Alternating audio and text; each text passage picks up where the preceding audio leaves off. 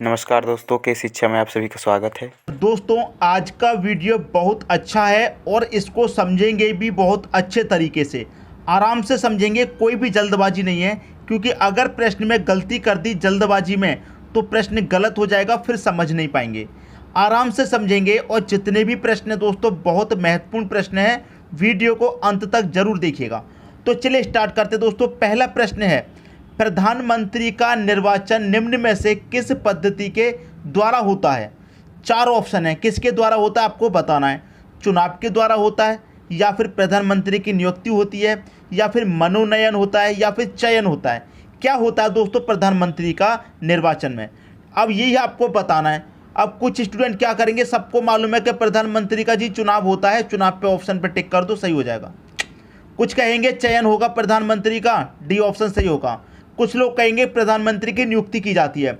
ये तो हो गया अपना अपना अंदाज़ा मत लगाना, जो सही है उस चीज़ को जानिए और सही पर आंसर मारिए। ठीक है, देखिए मैं आपको पूरी बात बता दूं।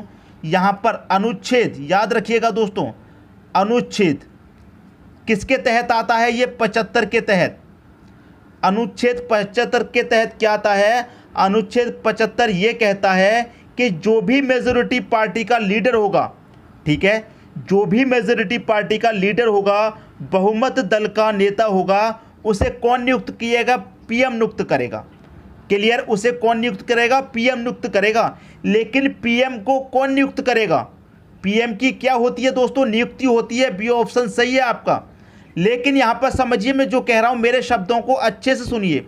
अनुच्छेद 75 के तहत क्या होता है? अनुच्छेद 75 ये कहता है कि जो भी मेजॉरिटी पार्टी का लीडर होगा, बहुमत दल का नेता होगा, उसे पीएम नियुक्त करेगा। इतनी बात समझ में आई? लेकिन पीएम को कौन नियुक्त करेगा? पीएम को कौन नियुक्त करेगा? ठीक है, तो मैं आपको बता दूं, पीएम को नियुक्त करता है दोस्तों प्रेसिडेंट। कौन नियुक्त करता है? पीएम को नियुक्त करता है दोस्तों प्रेसिडेंट। याद रखना दोस्तों, पीएम को कौन नियुक्त करता है? प्रेसिडेंट। क्लियर? तो पीएम की क्या होती है? प्रधानमंत्री का क्या होता है दोस्तों? प्रधानमंत्री की नियुक्ति होती है। याद रखिएगा इस बात को। ठीक है, प्रधानमंत्री की नियुक्ति होती है। बी ऑप्शन सही हो जाएगा।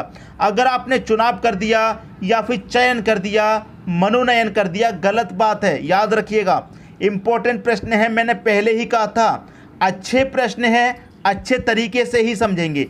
तो प्रधानमंत्री की दोस्तों क्या होती है? नियुक्ति होती है। इस बात को याद रखिए हमेशा के लिए। ठीक है, सभी इंपॉर्टेंट प्रश्न है और एग्जाम होने वाले हैं, तो इसी तरह के प्रश्न एग्जाम में पूछे जाएंगे, आपको मालूम है। ठीक है दोस्तों, बात समझ में आ गई। अब देखेंगे अगला प्रश्न। अगला प्रश्न है दोस्तों आपका, ये तो मोस्ट इंपॉर्टेंट प्रश्न है। इस प्रश्न के आगे आप वेरी वेरी इंपॉर्टेंट लगा लीजिए। इस प्रश्न के आगे आप वेरी वेरी इंपॉर्टेंट जरूर लगा लीजिए। ठीक है दोस्तों, प्रश्न क्या कह रहा है? निम्नलिखित में से किस अनुच्छेद के तहत कोई भी व्यक्ति अपने मूल अधिकार के उल्लंघन के लिए सीधे उच्चतम न्यायालय में जा सकता है? ठीक है, उच्चतम न्यायालय में सीधे जा सकता है, किस अनुच्छेद के तहत? चार ऑप्शन है, अनुच्छेद 32 के तहत, या फिर अनुच्छेद 28 के तहत, या फिर अनुच्छेद 29 के तहत, या फिर अनुच्छेद 31 के तहत। कौन सा ऑप्शन सही है आपका? देखिए मैं आपको बता दूं, पहला ऑप्शन सही है। अनुच्छेद 32 के तहत दोस्तों कोई भी व्यक्ति अपने मौलिक अधिकारों के लिए उच्चतम न्यायालय में जा सकता है।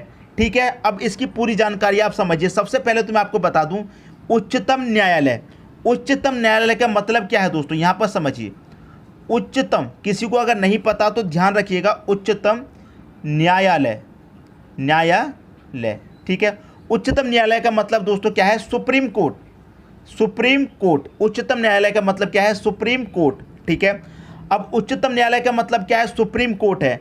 और आपने सुना होगा हाई कोर्ट, तो हाई कोर्ट को क्या बोलते हैं? उच्च न्यायालय। याद रखिएगा, उच्च न्यायालय। ठीक है, उच्च न्यायालय, उच्च न्यायालय को क्या बोलते हैं दोस्तों? High court. ठीक है, इतनी बात समझ में आई।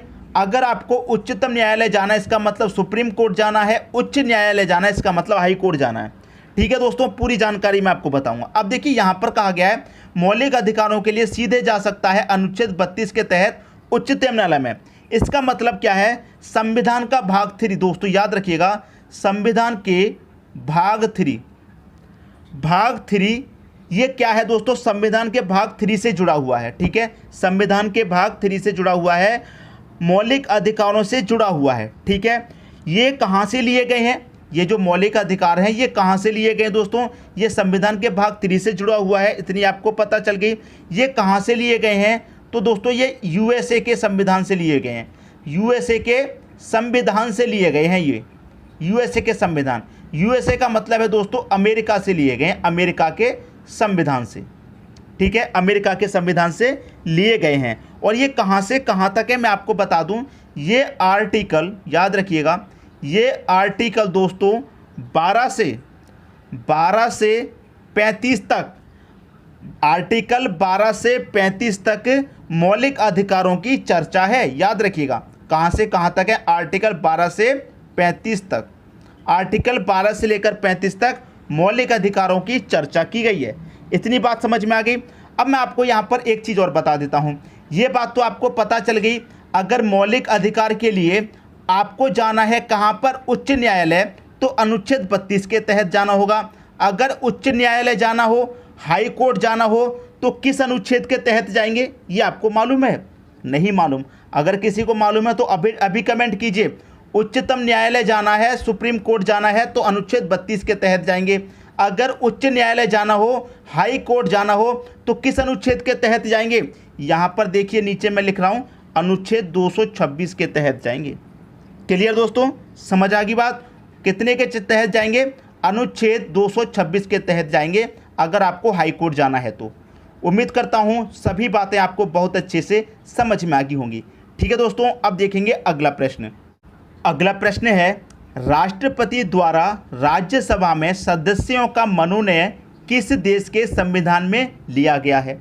अमेरिका के संविधान, आयरलैंड, दक्षिण अफ्रीका या फिर फ्रांस। 4 ऑप्शन है दोस्तों आपके पास। अगर आपको सही आंसर पता है तो अभी कमेंट कीजिए, नहीं पता तो हम इसका सही आंसर बता रहे हैं, आयरलैंड। बी ऑप्शन दोस्तों क्या हो जाएगा, इसका सही आंसर हो जाएगा, राष्ट्रपति द्वारा राज्यसभा में सदस्यों का जो मनोनयन है वो किस देश के संविधान से लिया गया है? आयरलैंड के संविधान से लिया गया है। ठीक है दोस्तों, मैं आपको यहाँ पर बताता हूँ, जो राष्ट्रपति होता है वो लोकसभा में 2 लोगों का क्या करता है, मनोनयन करता है। और आपको मैं बता दूँ राज्यसभा में करता है 12 लोगों का। ये है दोस्तों लोकसभा और ये दोस्तों आपकी राज्यसभा। ठीक है, राज्यसभा में 12 लोगों का करता है, लोकसभा में कितने का करता है? 2 का। आपसे राज्यसभा के बारे में पूछा गया है। ठीक है, तो राज्यसभा में 12 लोगों का मनोनयन करता है। ये जो 12 लोग होते हैं दोस्तों, ये राज्यसभा में मनोनीत किए जाते हैं। और किस क्षेत्र में किए जाते हैं, ये बात भी यहाँ पर याद रखिए, कला साहित्य एवं विज्ञान के क्षेत्र में मनोनीत किए जाते हैं। बात आ गई दोस्तों समझ में?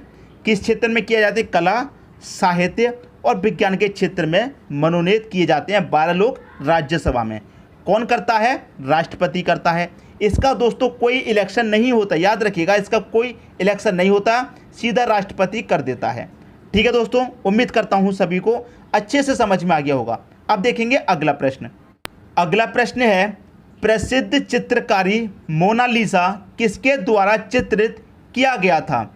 देखिए मोनालिसा, मैं आपको बता दूं, मोनालिसा जो है वो विश्व प्रसिद्ध पेंटिंग है, विश्व प्रसिद्ध, पूरे विश्व में विश्व प्रसिद्ध क्या है दोस्तों? पेंटिंग, विश्व प्रसिद्ध पेंटिंग है मोनालिसा। क्लियर? ये जो मोनालिसा है ये विश्व प्रसिद्ध पेंटिंग है।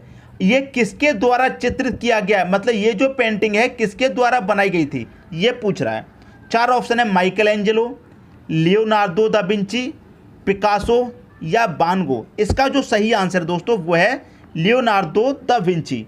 ठीक है, अगर ये पूछ ले कि ये कहाँ के थे, तो ये दोस्तों इटली के थे।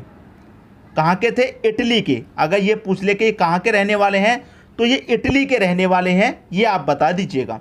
और मोनालिसा एक विश्व प्रसिद्ध पेंटिंग है जो कि लियोनार्डो दा विंची ने बनाई थी, ये इटली के हैं। उम्मीद करता हूँ सभी को बहुत अच्छे से समझ में आ गया होगा। अब देखेंगे अगला प्रश्न। अगला प्रश्न है, प्लासी युद्ध हार के पश्चात सिराजुद्दीन की हत्या कर दी गई एवं बंगाल का नवाब कौन बना था? ठीक है, यहाँ पर कौन बना था उसका हमको नाम लिख देना है। मीर जाफर बना था या मीर कासिम, हैदर अली या टीपू सुल्तान। तो देखिए, सबसे पहले मैं आपको एक बात यहाँ पर बता दूँ कि ये जो युद्ध हुआ था ये अंग्रेजी सेना, क्लियर दोस्तों, ये दोस्तों अंग्रेजी सेना जो कि अंग्रेजी सेना की तरफ से लड़े थे, उनका नाम था रॉबर्ट क्लाइव, जो अंग्रेजी सेना की तरफ से लड़े थे, ठीक है। दूसरी साइड से लड़े थे बंगाल के नवाब, ठीक है। दूसरी साइड से कौन लड़े थे? बंगाल के नवाब। उनका नाम क्या था जो लड़े थे? उनका नाम था सिराजुद्दौला, ठीक है। यहाँ पर मैं उनका नाम लिख देता हूँ, सिराजुद्दौला उनका नाम था, ठीक है। तो क्लाइव और सिराजुद्दौला के बीच में दोस्तों ये युद्ध हुआ था, क्लियर इतनी बात? किसके बीच में? क्लाइव और सिराजुद्दौला के बीच में दोस्तों ये युद्ध हुआ था। तो क्लाइव ने सिराजुद्दौला की क्या कर दी थी? हत्या कर दी थी। तो सिराजुद्दौला की हत्या के बाद बंगाल के नवाब कौन बने थे ये आपको बताना है। मीर जाफर बने थे, पहला ऑप्शन हो गया सही। अगर प्रश्न आपसे ये पूछ ले कि प्लासी का युद्ध कब लड़ा गया, ये पूछ ले, प्लासी का जो युद्ध है, प्लासी का युद्ध कब लड़ा गया, अगर ये पूछ ले, अगर आपको मालूम है तो अभी कमेंट कर दीजिए। प्लासी का युद्ध कब लड़ा गया अगर ये पूछ ले तो दोस्तों 13 जून 1757 में लड़ा गया था। प्लासी का युद्ध कब लड़ा गया अगर ये पूछ ले तो 13 जून 1757 में लड़ा गया था। ये इसका आंसर हो जाएगा। तो सभी बातें आपको जानकारी मिल रही है, सभी बातों की, ऐसा नहीं है कोई भी बात बीच में छूट रही हो। सभी को प्रश्न समझ में आ गया होगा। अब देखेंगे दोस्तों अगला प्रश्न।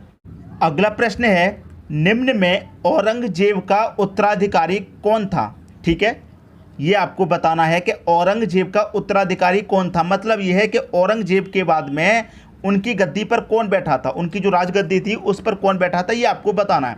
तो 4 ऑप्शन है दोस्तों, आजम, कामबख्श, अकबर सेकंड या फिर मुअज्जम। अगर आपको जानकारी नहीं है तो प्रश्न को फिर आप नहीं कर पाएंगे। देखिए मैं आपको बता दूं, अच्छे से बताएंगे। बहादुर शाह प्रथम के नाम से, बहादुर शाह प्रथम के नाम से औरंगजेब का बेटा, बहादुर शाह प्रथम के नाम से औरंगजेब का दोस्तों क्या था? औरंगजेब का बेटा, उसका नाम क्या था? नाम हम आपको बताएंगे, मुअज्जम,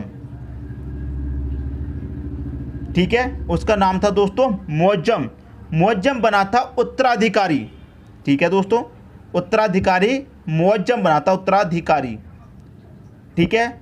समझ में आई बात? औरंगजेब का उत्तराधिकारी कौन बना था? मुअज्जम बना था। मुअज्जम किस ऑप्शन में है? डी ऑप्शन में। बहादुर शाह प्रथम के नाम से था, इसका जो नाम था वो बहादुर शाह प्रथम के नाम से जाना जाता था। और औरंगजेब के बाद में उत्तराधिकारी कौन बना था? मुअज्जम बना था। अगर आपसे ये पूछ ले कि औरंगजेब की मृत्यु कब हुई थी तो 1707 में, 1707 में औरंगजेब की मृत्यु हो गई थी। तभी से मुअज्जम ने ये राजगद्दी हासिल कर ली थी। मुअज्जम ने अपने पिता मतलब औरंगजेब के मरने के बाद 1707 में राजगद्दी पर बैठे थे मुअज्जम। और कब तक इन्होंने राज किया था? 1707 से लेके 1712 तक मुअज्जम ने राजगद्दी पर राज किया था। बात आ गई दोस्तों समझ में? उम्मीद करता हूं सभी प्रश्न आपको बहुत अच्छे से समझ में आ गए होंगे। दोस्तों सबसे पहले बात मुझे ये बताइए कि आज का वीडियो आपको कैसा लगा। इस वीडियो के बारे में मैं बहुत दिनों से प्लानिंग कर रहा था और आज ये वीडियो फर्स्ट टाइम मैंने बनाया है। आपको कैसा लगा ये कमेंट बॉक्स में ज़रूर बताइएगा। अगर ऐसे और वीडियो आपको चाहिए तो कमेंट में ज़रूर बताइएगा ताकि आगे भी हम आपके लिए इसी तरीके से वीडियो लेके आते रहें। ठीक है दोस्तों, ज़रूर बताइएगा। वीडियो देखने के लिए आपका बहुत बहुत धन्यवाद।